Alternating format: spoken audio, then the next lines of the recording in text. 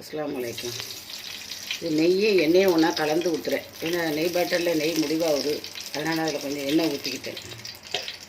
இது இஞ்சி பூண்டு பட்டை கிராம்பு ஏலக்காய் வெங்காயம் இது கருவேப்பிலை எல்லாம் போட்டு தாளிக்கிறேன்.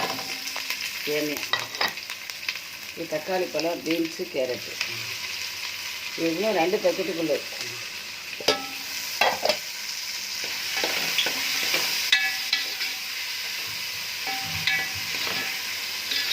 இறால் போடணும். இறால் எடுத்து வைக்க மறந்துட்டு எடுத்து போடணும் சார்.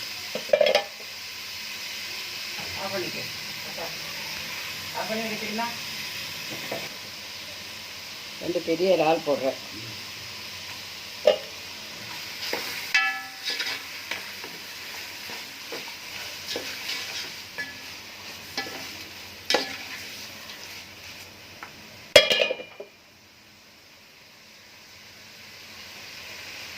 தேங்காய் பால்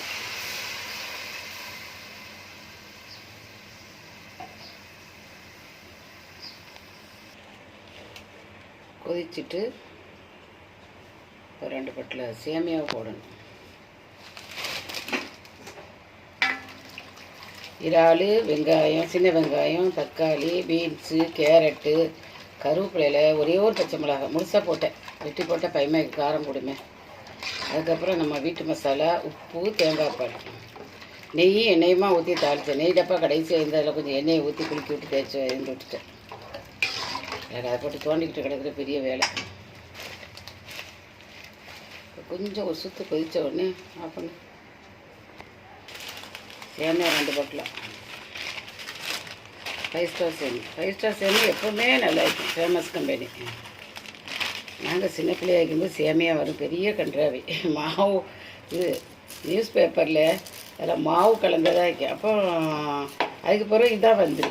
இந்த நூல்லாம் இல்லாமல் அழகானதாக வந்துடு. அதை பார்த்துட்டு எங்கள் அம்மாவும் சொல்லுவார், ரொம்ப அழகாகிக்கிற அழகான ஒன்றோட ஒன்று ஒட்டையிலேயே பழைய காலத்து ஆட்கள் பழக்கம் பேசுகிற அழகாக தான் இருக்காது. இப்போ என்ன மாதிரி வயசுள்ள ஆட்கள் கேட்டால் விளங்கும். லான்சர் கடை சுப்பையா கடை ராஜபாண்டி கடைன்னு போய் வாங்கிட்டு வருவாள் வேலை பார்க்குறவளு. அது என்னடிக்கும் மாதிரியே மாவு போட அதையும் அழகாக தேங்காய் பால் எல்லாம் ஊற்றி இதெல்லாம் போட்டு இறால் தக்காளி பழம்லாம் போட்டு அப்போ ஒன்லி தக்காளி பழம் தான் போடுவாள். தேங்காய் நல்லா வரக்கத்தை அரைச்சி விடுவாள்.